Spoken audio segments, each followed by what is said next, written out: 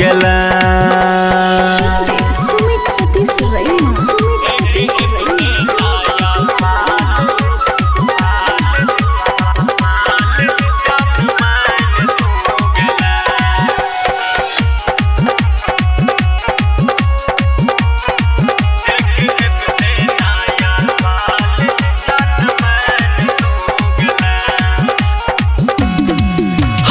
हमरा पर जे मर में तू तो तोर पर में मरबोगे।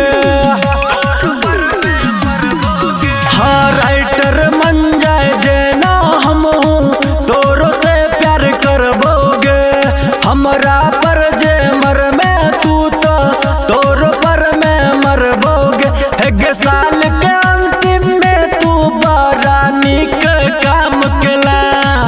एक मनोज मधुबनिया के तू लोभर बना लेला।